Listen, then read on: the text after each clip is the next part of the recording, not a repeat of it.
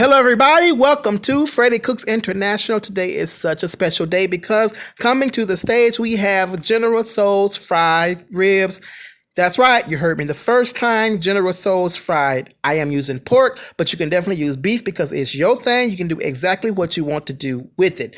Now, because these ribs were so delicious, sweet, spicy, savory, all of that, you get the point. I want to show you exactly what I did to prepare them. This is my personal recipe. And if you decide to make them, definitely tag me up. You're going to need flour, breadcrumbs, salt, pepper, garlic powder, red pepper flakes, smoked paprika. If you don't have smoked paprika, you can use any paprika because it don't matter. Ginger powder, soy sauce, and brown sugar, baby. Now, let's begin. I am pouring flour into a plastic bowl. Anybody who's ever fried anything know exactly what's about to go down. I am using self-rising flour. All-purpose flour tends to be a little heavy, so we don't want our breading to be that heavy. That's why I'm using self-rising flour. All right. After we get our flour in the bowl, we're going to season it with salt. And there is red pepper flakes. I don't have any measurements for you. We don't want to season too heavy here because we're going to season our meat as well. But there's pepper there. And this is paprika.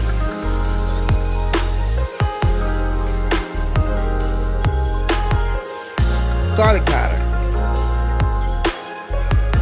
I can never go with one scoop. I love garlic powder so much. You use as much as you'd like. That is seasoning salt. And here are the breadcrumbs. Stir it all up.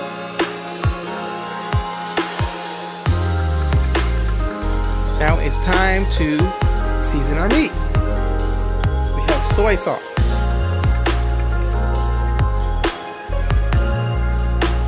Pepper,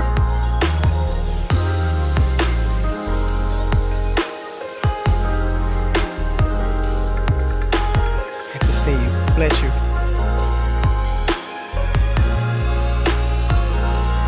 Onion powder,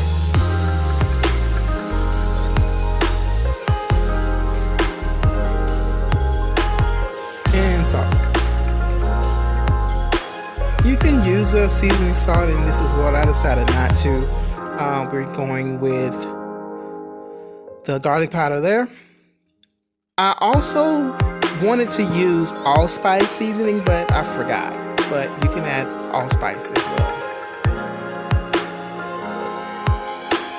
Now it's time to coat our meat. There are multiple ways you can do this. I'm deciding to go with the shaky method this time, but sometimes I like to get a brown paper bag if I have one, or a plastic bag, put the flour in there and shake it in there. Or you can do what I'm doing here. It really don't matter. There's more than one way to do everything. Make sure that your meat is completely coated and covered. Of course, you can dust any excess flour off of the meat before you fry.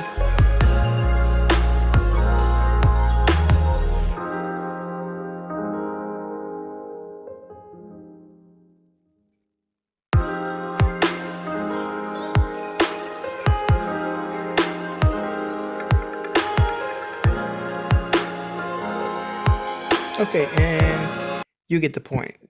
There you have it. Now it's time to fry these bad boys up. You want to start with a medium-high heat, between medium and medium-high heat. Definitely don't want to have your heat too high because your meat will cook too fast and it will be raw on the inside. Don't want to cook too low because you don't want to lose your flour in the grease.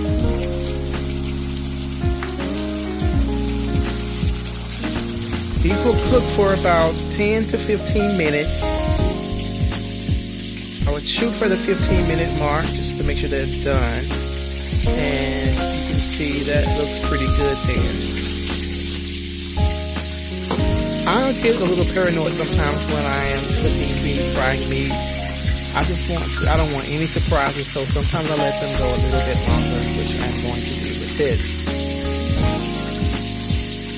15 minutes you should be good though.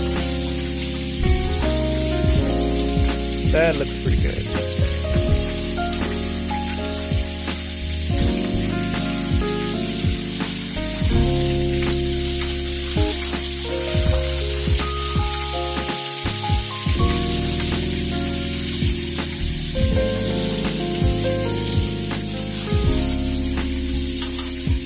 Make sure you flip and get the other side as well. As you can see, I just stacked that smaller piece on top of another piece of meat. That's a method I use too, so that it doesn't get too done. That looks good. Looks delicious. I can remember how it tastes as well. Just delicious. I'm getting hungry all over again.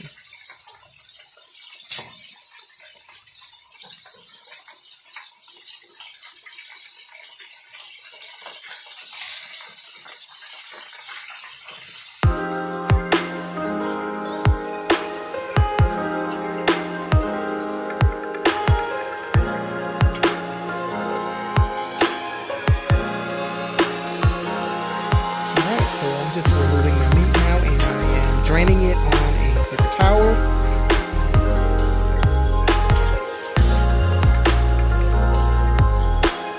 Now it's time for the sauce. Listen carefully. You want to start with a low heat, and you want to use a little bit more olive oil or peanut oil than that. You want to coat the bottom of your skillet, of your pan, sorry. Use a little bit more than that. But now, hear ye, do as I say and not as I do. Otherwise, you're going to get this. You're going to start with a low heat, and you also want to start with your sweet and sour sauce. You start with your heat too high, then you're going to burn the bottom of your pan. But don't do what I do. It's okay, I promise. I've been doing this for years.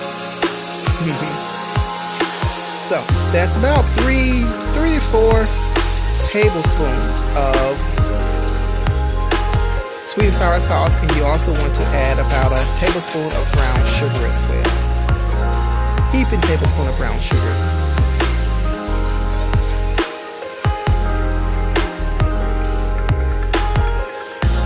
Adding soy sauce. You can always add more. You can taste it if you think it needs to be a little bit more, what's the word? I want to say strong, but that's not the word I'm looking for right now.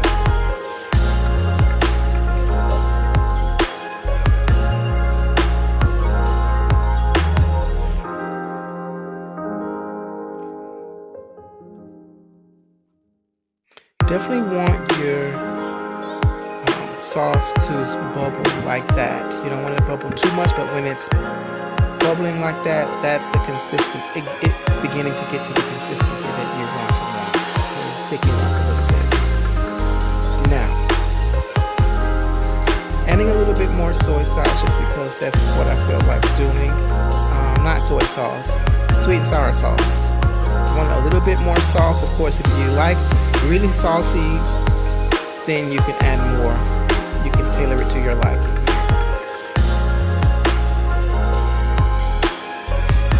We are going with the cayenne pepper. Of course, if you like more heat, you can use more cayenne. I'm using about a teaspoon. We have minced garlic, about a teaspoon. Garlic powder, red pepper flakes.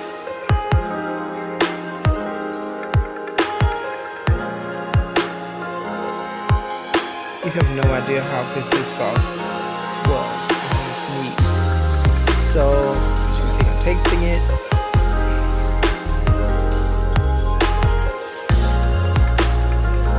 And you don't see me add it here, but you also also don't want to forget your ginger powder.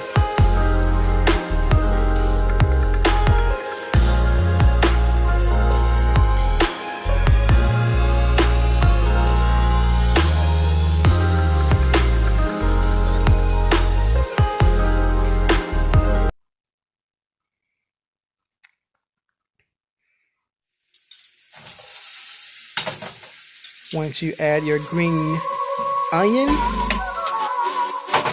then it's time to remove them. You can also adjust your heat. Turn the eye off to get a better heat quality. If you need less heat, if you need more heat, you can turn it up.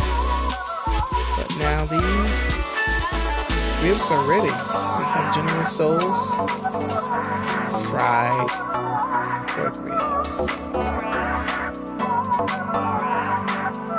They were so delicious. So that's all I have for you now. Thank you so much. I ask that you like, comment, tell me all the wonderful things you love about me and my ribs. Subscribe to Freddie Cooks International. Thank you so much for joining me, and I will see you next time. Bye-bye.